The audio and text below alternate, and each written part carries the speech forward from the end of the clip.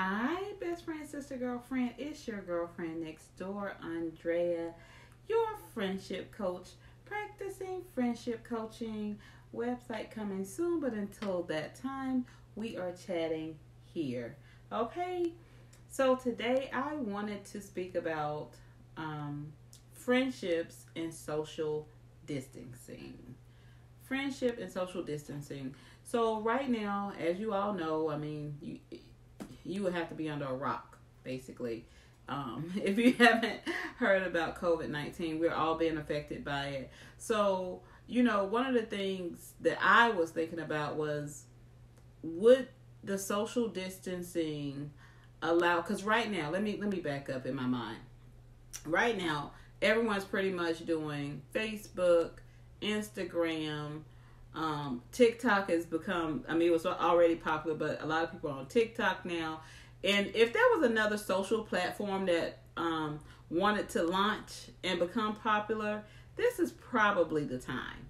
I'm just saying, because, sometimes Twitter, I forgot about Twitter. Sometimes I just, you want to diversify your social media activities, and you get, after you scroll through all of Instagram and you've gone over to Facebook and you looked at Twitter and you did a jig on TikTok, you ask yourself, what else is there? So this will be a perfect time for anyone who is working on that platform. But my question that I wanted to talk about is, what happens when they say, because this is what brought it about. I was on my way to Home Depot to look for gloves. And I had on a mask that's recommended, right now for us to wear a mask, and I had on gloves. So really, all you could see, was this portion of my eyes. And there was a woman standing at the front door. I don't know if she was calculating the number of people, but she was at the front door. And I'm from the South, so the general rule, when you see someone who looks polite, you look over, you smile, you give them a little wave, or you just give them that sparkle in your eye, like, how's your day going? So I attempted to do that among, having this mask on my face, and I'm like, and she didn't do anything back to me, and I was fine with that, because that's not everyone's vibe. And then I remember walking around the store, getting in the parking lot, and people just were not making eye contact. And it started to bother me. I'm like, oh my God, is this going to become the new norm, where you only have the connection or any type of activity is over a phone, computer? I still love the interaction of people, even to this day. My favorite thing to do is to go into a chic hotel lobby bar, put your little outfit on, makeup on. And generally, I like to do this on a Thursday, because it's a lot of people there traveling for business or whatever. But I'll go to a hotel bar. I'll sit there, and I like to spark up conversations with people. And normally, because I live in the D.C. area, people travel here for all types of business. I met people from Switzerland, all around the world, Uruguay, places I've never even thought to go to. Some of the places I've actually wanted to go because of the conversations. But I would sit there and have those conversations just so I'm able to stretch my muscle of socialization versus stretching my thumb muscle. I force myself in situations where I can actually be in not necessarily a friendship, because these don't always blossom into a friendship. It may blossom into an exchange of business card. One person telling me about their business, I'm telling them about mine. Or it could be, just talking about the general area in which we are in at the moment, whatever city I'm in. But I'm saying all that to say, if I force that muscle, I literally go and force myself to go speak to people, because I want to be able to still have that type of activity, I don't know what it will feel like. I feel like my lighting has adjusted, you guys. I don't know why. Why is my lighting adjusting? I don't know. I hope it does not stop. And I'm not going to edit this out, because we are really having a free-flowing conversation. But my point is, as much as I love social media, love it, I think it's one of the I'll say it might be one of the top inventions of my lifetime as far as like I could actually interact with. I mean, I know that there has been medical inventions and things like that, but I mean something I can actually interact with is one of the greatest inventions that I can say has affected me directly versus indirectly.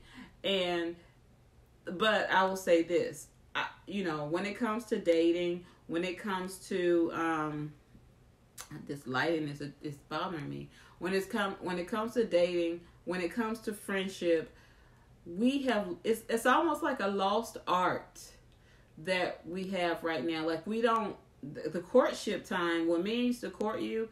I mean, there are very few men that actually court in the way that I was courted in my 20s. I'll just say that. Like I don't know what the young ladies' requirements are today, but I know if I were to mention what my requirements are, I would be considered a skeleton, a thing of the past. Well, I was talking to a guy the other day, and I was telling him, how I like to cook for my husband, or I like for even just friends and stuff like that. I have a very catering personality, and I was like saying how I really, really enjoy it, and I said, and really, to be honest, my husband, he's a great cook. But when it comes to the kitchen, that's still my domain. Like, I will do other stuff, but the kitchen, I kind of take ownership of it. And I remember he told me, he was like, "You're old school." And I said, "I'm old school?"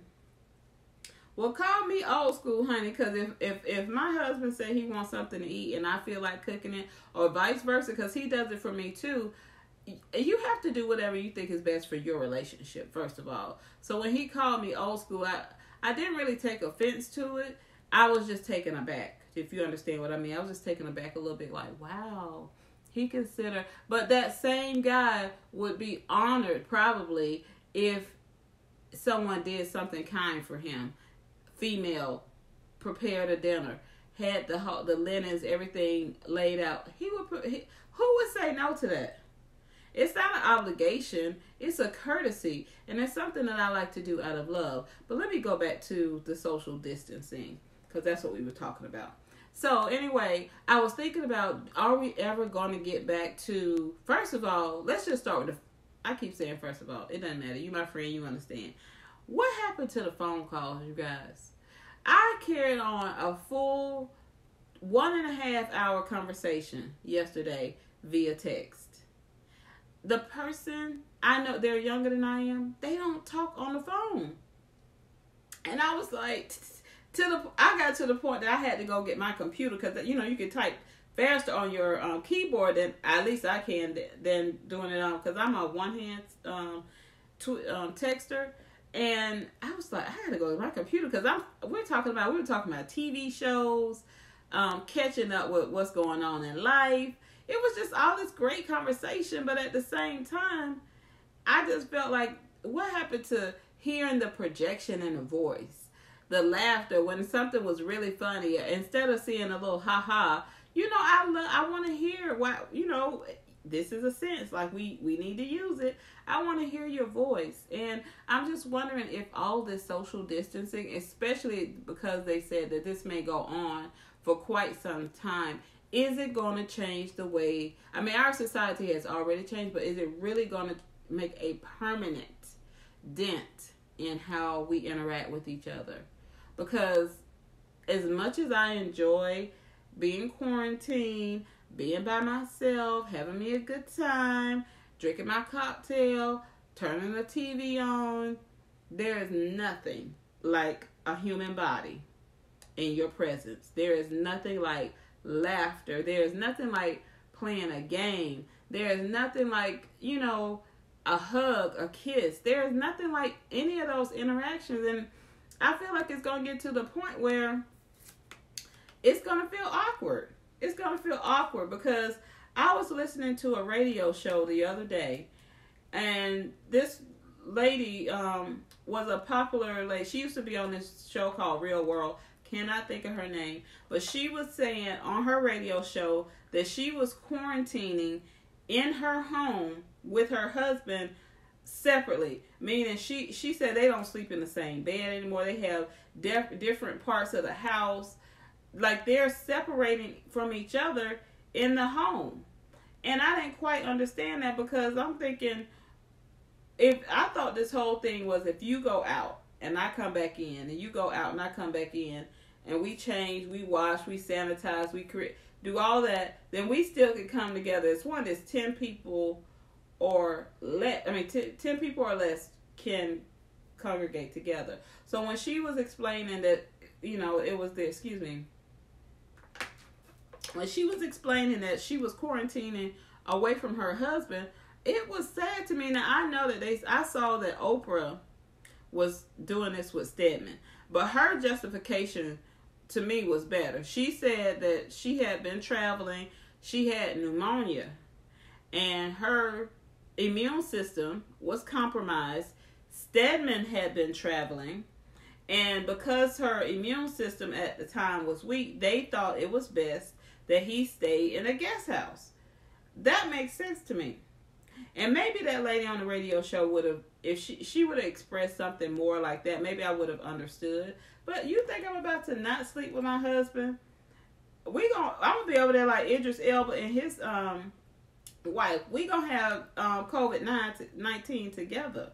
Like, that's just how it's gonna be. If one get it, because I am not corny. I'm sorry. I thought it was a bit much. I hope I'm not offending anyone.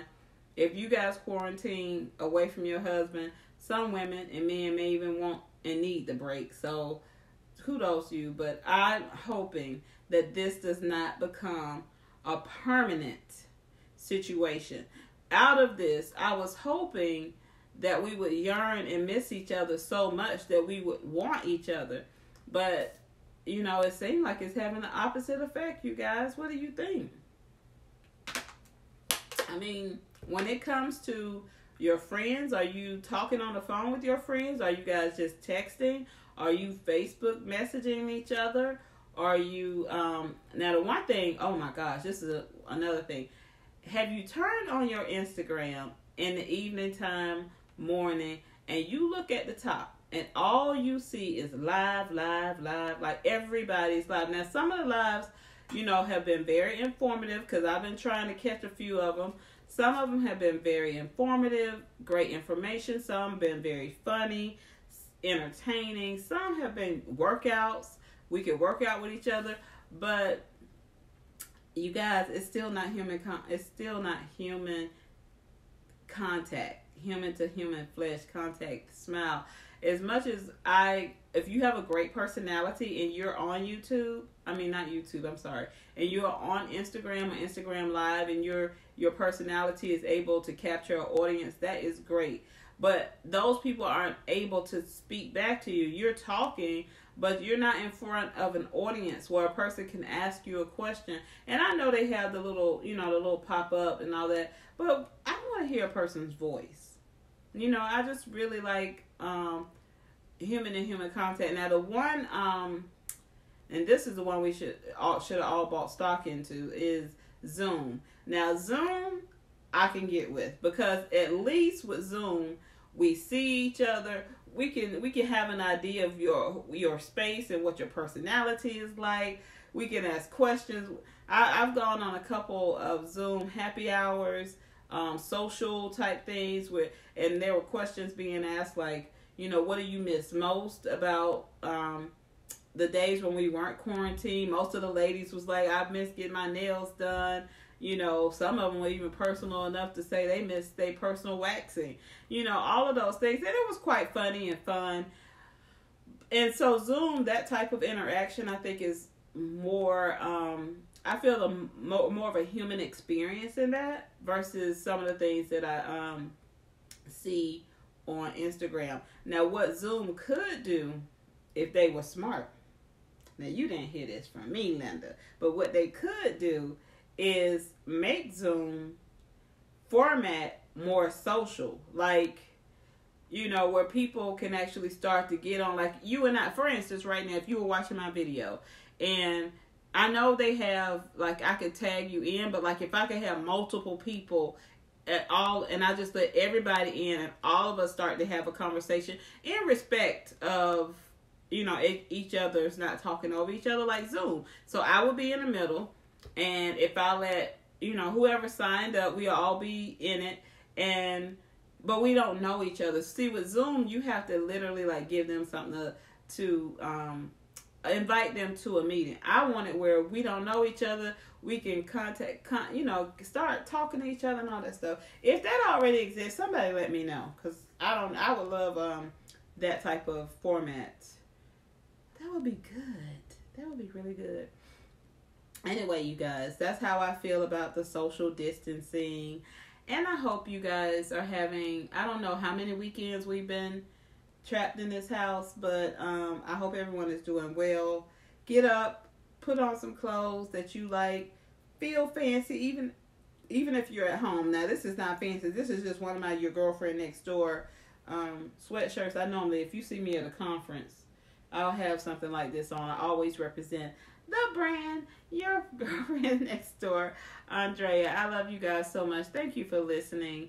And I will try to post more often, because guess what? We have the time on our hand. I love you for listening. Bye.